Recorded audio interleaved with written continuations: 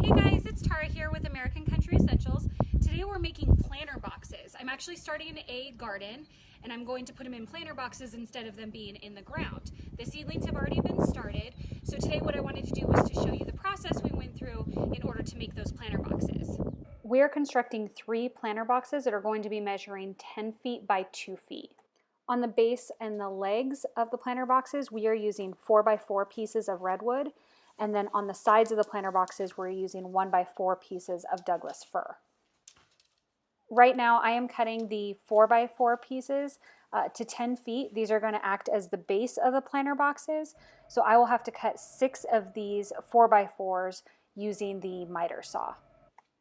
Before I start cutting any lumber, I always measure twice and cut once. This material is a little pricey, so I don't want to ruin a piece of wood by not double checking all of my measurements.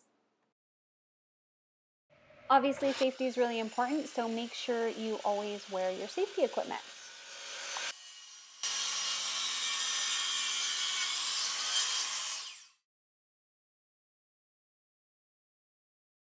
The next cut that I'm going to have to make is going to be for the legs. So this piece of 4x4 is going to be cut to 4 feet long, and I will have to make 12 of these for the 3 planter boxes that we are constructing.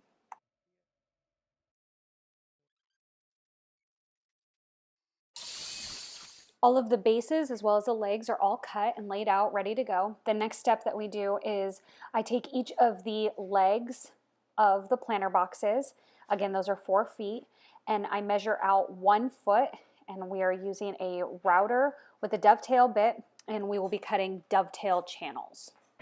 This is the first time I'd ever done a dovetail channel.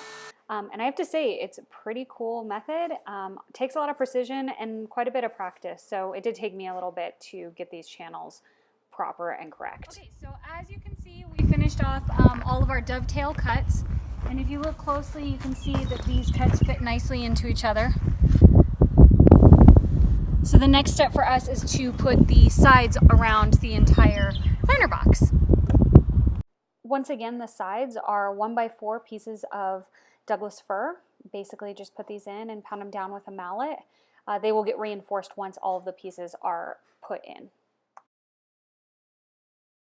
So now we're going to be doing the base of the planter boxes. You'll notice that the base boards aren't 100% even. That's because we're using scrap just so we can finish off the project, and that's okay as well because I want a little bit of drainage when it comes to the planter boxes as well. So when we're going to be using finishing nails to nail these boards into the base of the box. This part of the job is a little tedious, so having the right tool for the job speeds it up.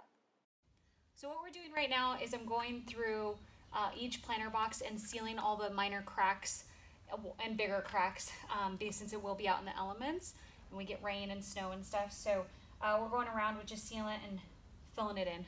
Once this dries, we're going to be painting it so it'll be ready for paint and sealant. As you can see, we decided to paint the base and the legs a kind of a reddish brown color. This matches the rest of our house as well as our barn area. And then we just sealed the sides with a clear sealant. And then Mark put the dirt inside the boxes for me, so they are ready for my seedlings that are actually ready to be transported out. So I'm going to go grab those and plant them. All of the seedlings are in and planted, and I actually bought a couple more mature plants as well just to kind of get started. What I basically did was I dug each little hole for each of the seedlings and plants, put a little bit of Epsom salt in there, and then buried them all up. And then those white chips that you see on top of the dirt, they're actually dried eggshells to help with the calcium. And then they all got watered really well. So I'm really excited to see how these planter boxes work and what kind of harvest we get this fall. Thank you so much for watching, learning how to build planter boxes. I will keep you updated on how these guys grow and what kind of harvest we get. And if you have any questions, please comment below. If you like this video and want to see more, please subscribe to my channel and like and share this video. Follow me on Instagram and Facebook as well. For homemade products made at this ranch, visit AmericanCountryEssentials.com, which is linked below.